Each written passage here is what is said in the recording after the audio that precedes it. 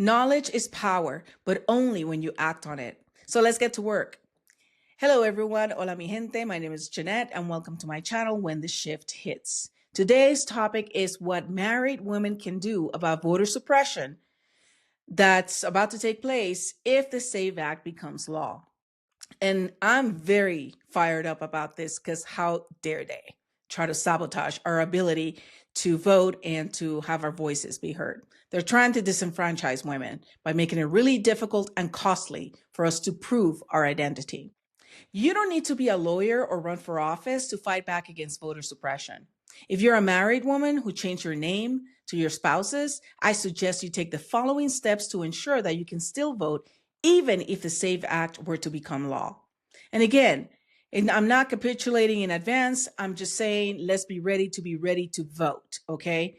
Because if we're waiting until the last minute, all these steps are going to take some time. They're going to take money, and we can't wait until like a week before an election in order for us to start getting ready. I'll leave an infographic of the steps for ease of reference in the comments, and so you can share it with other people. Now, they think they're smart by doing this, so we need to be smarter. And today's call to action is to have a plan, to know the steps for married women to prepare for voting under the SAVE Act should it become law. And hopefully it doesn't, because this is crazy. Number one, you want to gather your legal name change documents. You want to obtain an official certified copy of your marriage certificate from the county and state where you were married.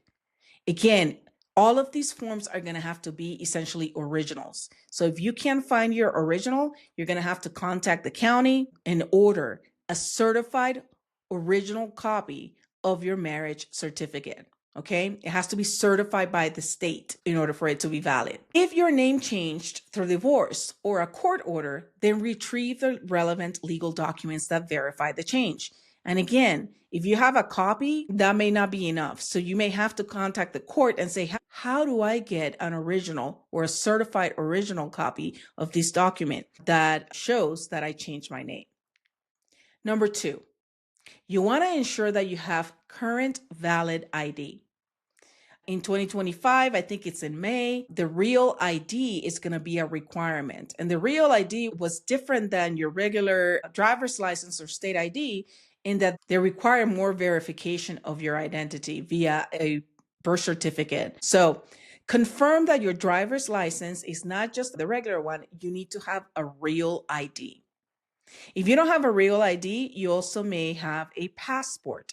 So if you don't have a passport, you can also contact the travel.gov, I think it is, and procure a passport. If it's your first time, you would have to probably go into an office, usually post offices. You can make appointments to apply for a passport. But if you're renewing, if you've had one before, you can renew usually online or by mail.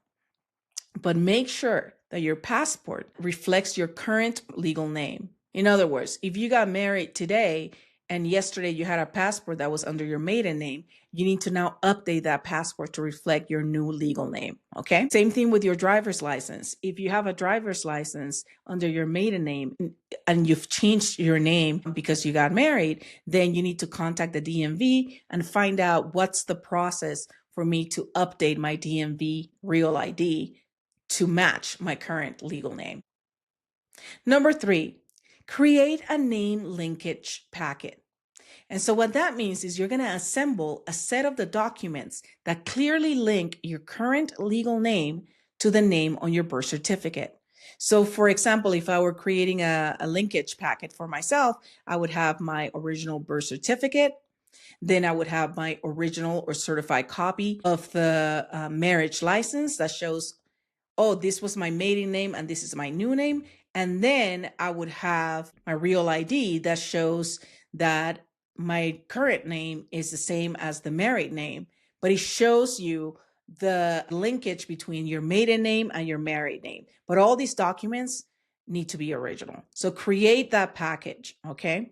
So that you have it ready to go. So to recap, your linkage package should have an original or certified copy of your birth certificate, an original or certified copy of your marriage certificate or name change through a court order, and a current photo ID.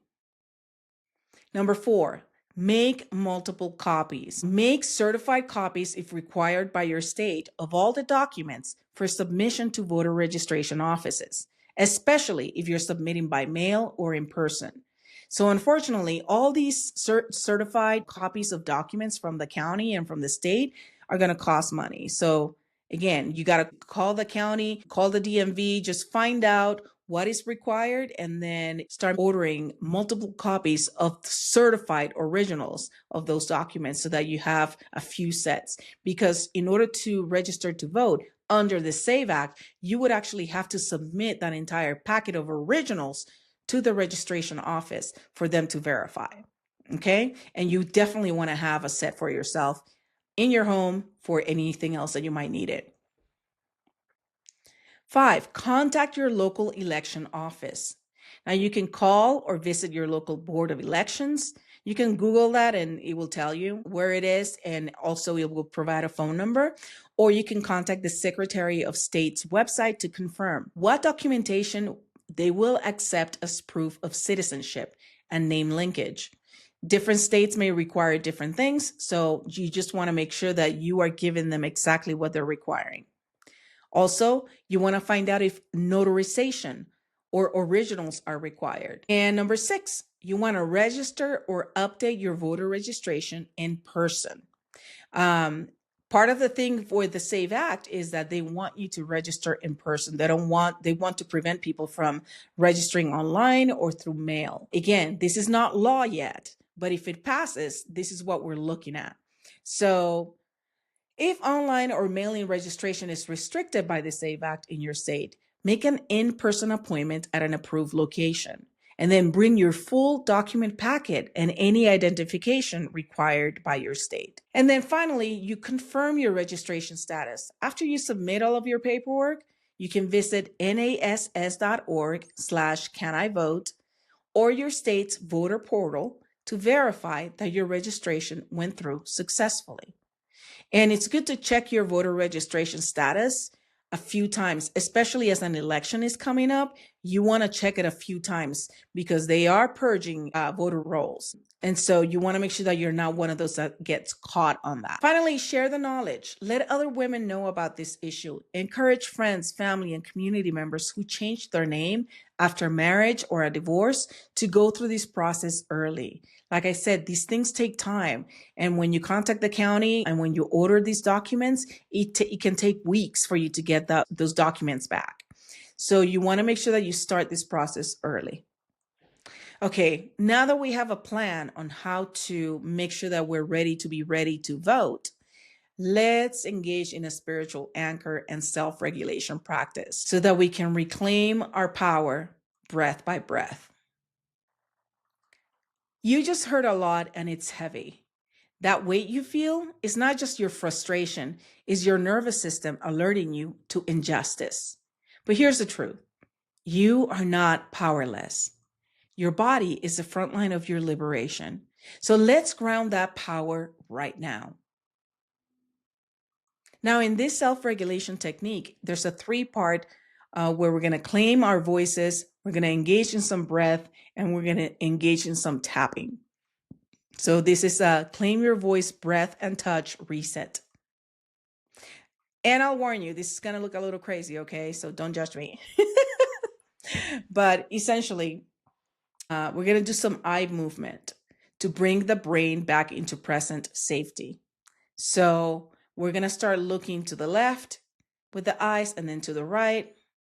And we're going to do that a few times. So just follow my instructions. Make sure that you're not driving, obviously, or operating any kind of machinery. Make sure that you're sitting still. And let's take a deep breath to just ground us a little bit.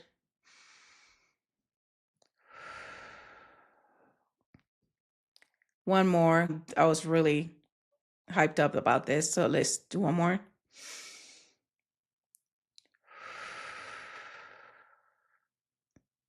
Okay, now slowly look to the left for 2 seconds without moving your head. And then look to the right for 2 seconds.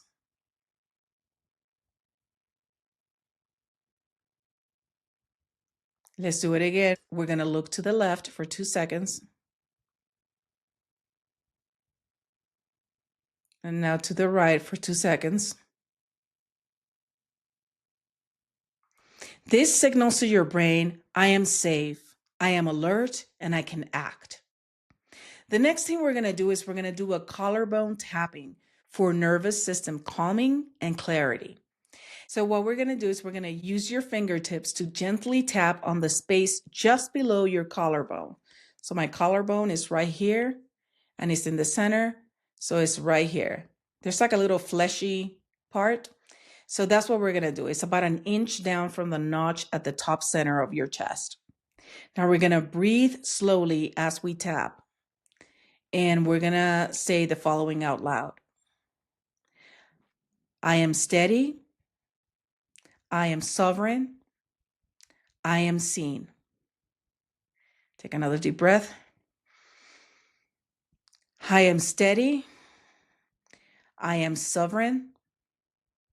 I am seen. Let's do it again. I am steady. I am sovereign. I am seen. Now we're going to use our voice activation breath to reclaim our agency. So we're going to inhale deeply through the nose. Exhale through the mouth with a hum or a sigh. And you may yawn. That's also a sign of a reset. So let's do it again. We're going to inhale through the nose and exhale through the mouth. So inhale through the nose.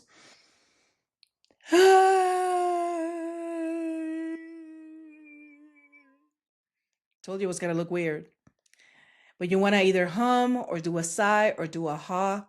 You just want to exhale. So this is about getting our voice back. So I'm just going to tap a few more times. Take a deep breath.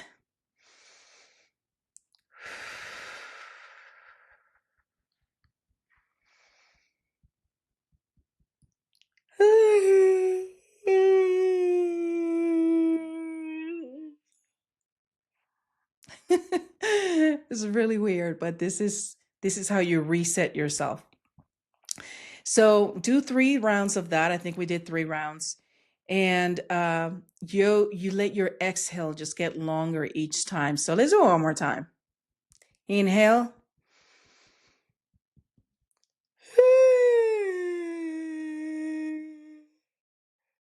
Ooh, that was long.